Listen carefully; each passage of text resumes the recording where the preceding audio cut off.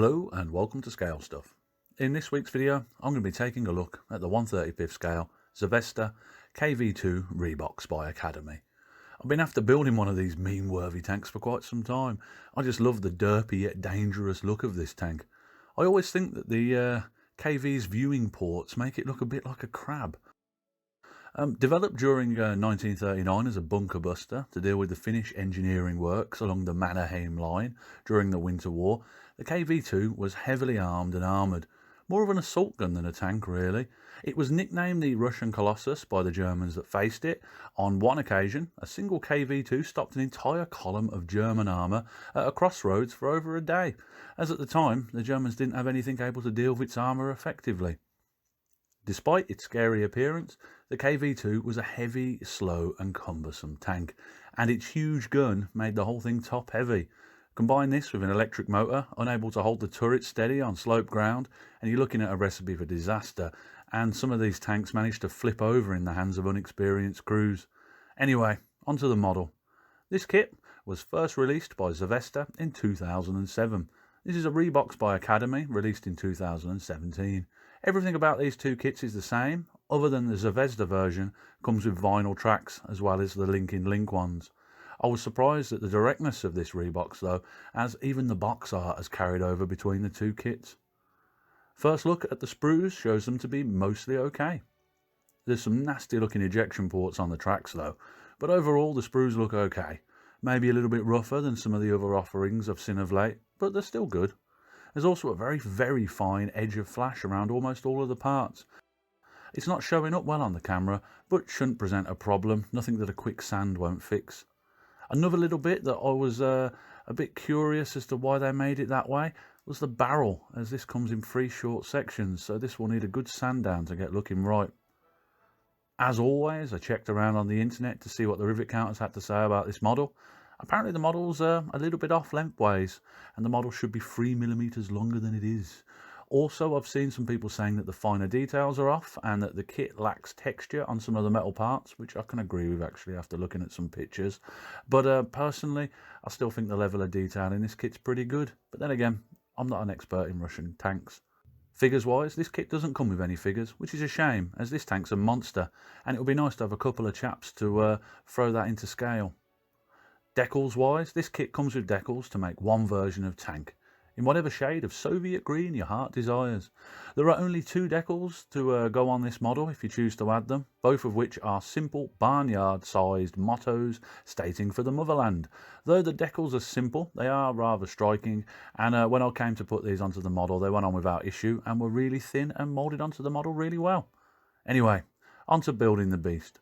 Overall, this model was fairly simple to build, but it did have a few issues. When I started to build this model, I noticed that some of the parts were a little bit warped on the bigger hull bits. These proved fiddly in the opening steps to line up and glue into place, as there are no real keying points, just a shallow lip to glue to. Combine this with warped parts and the initial lower hull build is a bit more tricky than it needed to be. The tracks in this kit are part link-in-link, with some longer pre-formed lengths of track along with individual track links. This part of the kit I really enjoyed. It's a little bit fiddly, but large areas of the tracks are done and dusted straight off the bat, so the 30 or so links you need to connect don't feel like a chore. The instructions mark how this goes together pretty good too. Start with the model upside down and work your way around to the uppermost section. With some work, this top section of track can be carefully bent so it has a nice bit of track sag in it. With these smaller link-in-link bits, I found it pays to let the glue go off a bit as well before you start to shape them, as it makes them easier to handle. And if you mess up a few links in this kit, the kit does come with some spare ones, which is always handy. Once the tracks are done though, it's plain sailing from here. I would however advise dry fitting the top part of the hull once the tracks are on, to make sure all the wheels and tracks are lined up right, as on my model, probably due to the warped parts, I found this bit a tight squeeze. Other than that, there was a tiny bit of warping on the large turret side pieces. These bits will need to be taped in place while they dry to get a good fit, but the fit here was much better and there was a much nicer edge to key into on these parts. While on the subject of the turret, though there isn't much detail inside the turret, the gun and gun breech in this model is quite nicely moulded. I've heard from the rivet counters that this isn't the most accurate of guns, but it does seem a shame to seal it up in the turret where it won't be seen. The kit does, however, allow for all of the hatches and doors to be made openable. So if you wanted to have a go at scratch building an interior for this kit, yeah, you can with this one. It's got you covered. But on my build, I've chose to close them up for simplicity. Anyway, with the turret finished, that's the end of the build for this tank. When it came to painting this model, it's really simple to paint. Overall, I painted the base coat of Tamiya XF58. I then painted the lower half of the model using MIG Ammo wet mud, mixed in with some fine play sand to give it some texture, and finished it with a mix of Vallejo BS Dark Earth and Army Painter Skeleton Bone, heavily watered down as a weathering wash. Lastly, I picked out some panel lines with Army Painter Dark Tone, mixed in with some of the weathering wash to tone the black back a bit. Price and conclusion. The Academy / Zvezda KV-2 is a nice kit once you get past the whole part of the build. Yes, the whole thing's a bit rough in a few areas, but once you get past that, this model's a breeze to make. Despite the tank's huge size, the kit has a fairly low parts count. I would say that this kit is suitable for an intermediate modeler or a patient beginner willing to take the whole construction stages slow and go easy on the glue. Price-wise, this kit's on the cheap side. I paid £17 for this kit second hand, but you can get your hands on this model from Zvezda or Academy for around 25 quid.